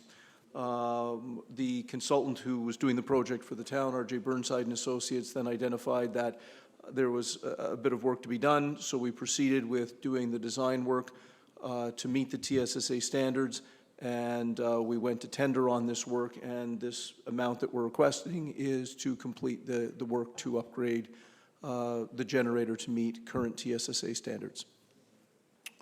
Okay. All right, all in favor? Thank you. 13.4, recommendation that report IS-ENV 2019-016 drinking water quality management systems update be received. May I have a motion? Councillor Peters, seconded by Deputy Mayor McIntosh. Any further comment? All in favor? Thank you. 13.5, sign installers license bylaw, recommendation that council pass a bylaw to repeal the sign installers licensing bylaw 134-206 effective January 1st, 2020. May I have a motion to accept this? Councillor Post, seconded by? I will. Any further comment on this? Councillor Post. Thank you very much, Mr. Mayor. I just wanted to make a comment that I was very pleased to see this in the agenda. Throughout the course of campaigning recently, I heard a number of concerns about the sign installer permit process and companies being extremely frustrated by the process and the cost that was associated with it. So it looks to me as though this is going to solve a lot of those problems. So I'm very supportive of it and just wanted to make those comments. Okay, any further comment? I'm sorry, Councillor Andrews. Just very quickly, Your Worship, I also appreciate seeing the modified streamline approach here. It seems to hopefully provide some clarity to those that end up having an application, those that are involved in the industry, providing signage to those businesses in the community, and I think it ends up saying a lot about our staff too as well in looking at the best way to expedite this. So again, my compliments to them on that. Okay. All in favor? Thank you. 13.6, this is a summary of the current development applications. May I have a motion to receive? Deputy Mayor McIntosh, seconded by Councillor Andrews. Councillor Peters. Thank you, Mr. Mayor. Through you to Mr. Ward, or perhaps Mr. Jones, you did allude to in the report to the 50% target set by the province to build within the built boundary from now until, I guess, whenever that document is updated or perhaps build out. You also showed the stats that we're far below that number at the moment. I'm just wondering if you could broaden the discussion on how you think we're going to get to that 50%, whether you think we're going to get to that 50%, and if so, or even if not, how do we prioritize developments to within that built boundary? Because right now it seems that the developments are happening in reverse. We're seeing more in the greenfield spaces than we are within the built boundary. Mr. Ward. Certainly, through you, Your Worship, to Councillor Peters. The policy frameworks is a target. It's not an absolute requirement. There's no essential planning jail if one does not meet those targets. And one of the intentions of this report was to give sort of a snapshot on what we've done over the past year. And I think from when looking at the numbers, most of the development over the past year has actually been within the built boundary. So we're actually going above that target. But I think looking forward in terms of looking at the application activity or the number of units in the pipeline, we're going to see somewhat of a shift towards greenfield land development activity. That being said, it's somewhat consistent with some of the historic studies that the town has done, looking at future growth, that it will become more difficult to achieve density or intensification within the built boundary, and this is simply because we're sort of running out of those activities. One of the things we may be able to do, perhaps, and one of the items we're going to be looking at in part of our official plan review is looking at intensification sites, possibly looking at the feasibility of introducing new sites. So that might be a measure of helping us to, not fall behind on achieving more intensification, but, basically holding us to the mark of trying to achieve that 50% target. Thank you. Okay. All in favor? Thank you. 13.7 is an appointment of our new deputy clerk. Recommendation that reports CPSCL 2019-027 regarding the appointment of Carolina Khan as deputy clerk be received, and that the council pass a bylaw to appoint Carolina Khan as deputy clerk. May I have a motion? Councillor Post, seconded by Councillor Taylor. All in favor? Thank you. And item 14, this is a recommendation that the minutes of the following meetings be received: Committee of Adjustment minutes, Library Budget Board minutes, second Library Board minute, Heritage Orangeville, and Sustainable Orangeville. Councillor Peters. Thank you, Mr. Mayor. Through you to the clerk, actually. We've had discussions about when and how minutes make their way to the public realm and the agenda. Obviously, some of these are a couple months old at this point. It was discussed recently at one of the boards I sit on in terms of looking at the procedural bylaw and how and when those minutes can be approved so that they could make their way into the agenda sooner. So with that pretext, if I could ask the clerk, is there anything in the procedural bylaw or within the committee structure that would allow or prevent, for example, electronic approval of the minutes so that they could be expedited and we wouldn't be sort of 2 cycles behind? Currently, there is not a means of approving or meeting through an electronic process. However, if council may recall, during the regulatory bylaw work plan, it was identified that we will look at the procedural bylaw. And the Municipal Act was amended to allow for participation in a meeting electronically. However, you would still have to hold the meeting physically. That may facilitate additional meetings that the committee may be able to hold by allowing members to participate electronically and approve them in a quicker fashion. However, we'll have to look at that as we go through the procedural bylaw review and what is permitted to take place electronically. Okay, thanks. So I just want it sort of to be clear in my head. So approving the minutes would count as meeting, and meetings cannot be attended electronically, and so that process is actually prohibited. It's not silent on it, it's actually prohibited. Yes, you cannot do it at this point in time. Okay, thank you. Okay, that being said, did we have a motion to receive that? No. Councillor Peters, seconded by Councillor Post. All in favor? Okay. Item 15, question period. Any questions from the audience?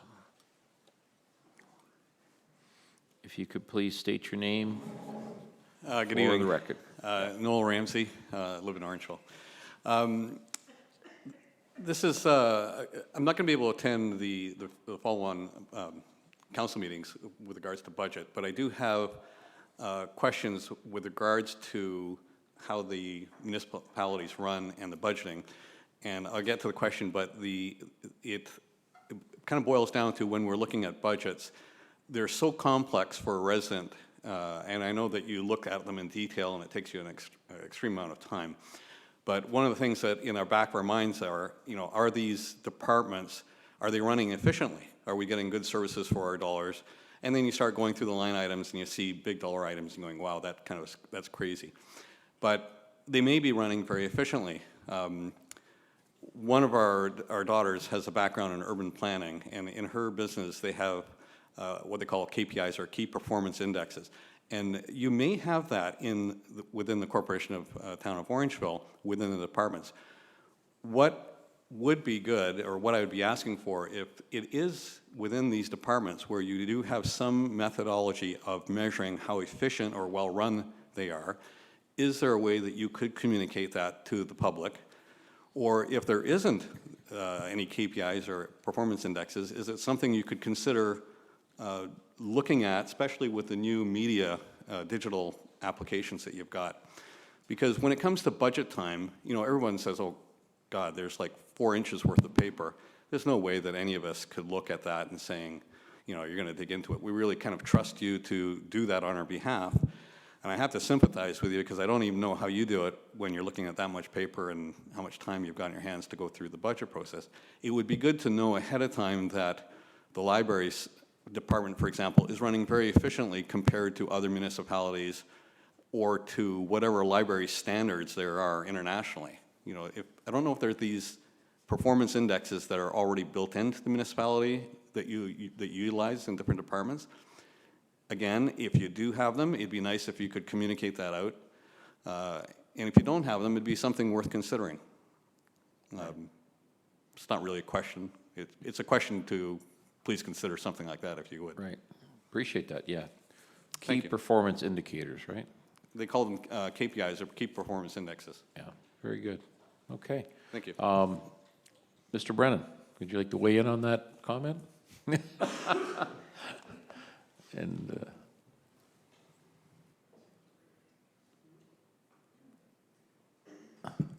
Ms. McKinney. Thank you, Mr. Mayor, and thank you, Mr. Ramsey, for the question. I think you would have noticed hopefully, in the budget this year, there was an effort to change the way we communicate. And under the direction of Mr. Brennan, we intend to continue to attempt to raise the bar on that front. You will have seen some early publication of some of the metrics that some of the service areas do provide. But to your point on, are there other standards? Yes. There are municipal standards that do exist. How effective they are, I think, is probably debatable when you put them in large groups. A common methodology that is used is to start by understanding how much do you do, then how well do you do it, and is anyone better off? And I know with my GM colleagues and the treasurers, we've been talking about how do we collectively come together and present this information in a way that the public can consume it. So yes, some services have different levels of methodology that they use to track their metrics. I don't think we necessarily publish them in a way that would be easy to consume, and it's something that we're looking at 2020. Very good. You have a follow-up? No, I appreciate that. That is kind of what I was looking for. It would prevent, at budget time, individuals like myself trying to get in there and boil the ocean, because I can appreciate, and I think that some of the people in the community would appreciate too, that we all think we're experts when it comes to looking at, the library system, right? But it would be good to know that there is some indices that you're looking at that's saying that you are managing it well, and that we could be 2% better, or maybe we're 1% better than everybody else. That would kind of settle everyone's feelings, particularly when it comes to budget time and you're trying to cut, and you're saying, well, the library system is running very efficiently, we'll look at other areas. It would be very helpful for all of us, including yourselves, I think. Right. Thanks. Great comment, thank you. Any other comments from the public? Seeing none, we're going to jump right into new business. Any new business, councillors? No? Okay.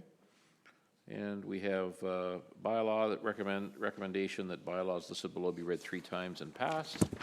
They are as follows. A bylaw to authorize the acceptance of the Ontario Provincial Police costing proposal dated June the 10th, 2019. A bylaw to appoint Carolina Kahn as deputy clerk for the town of Orangeville, and a bylaw to confirm the proceedings of the Council of the Corporation of the Town of Orangeville as regular and closed council meetings held on December 2nd, 2019. May I have a motion? Deputy Mayor McIntosh, seconded by Councillor Sherwood. All in favor? May I have a motion to adjourn? Councillor Deputy Mayor McIntosh, seconded by Councillor Andrews. All in favor? Thank you, ladies and gentlemen.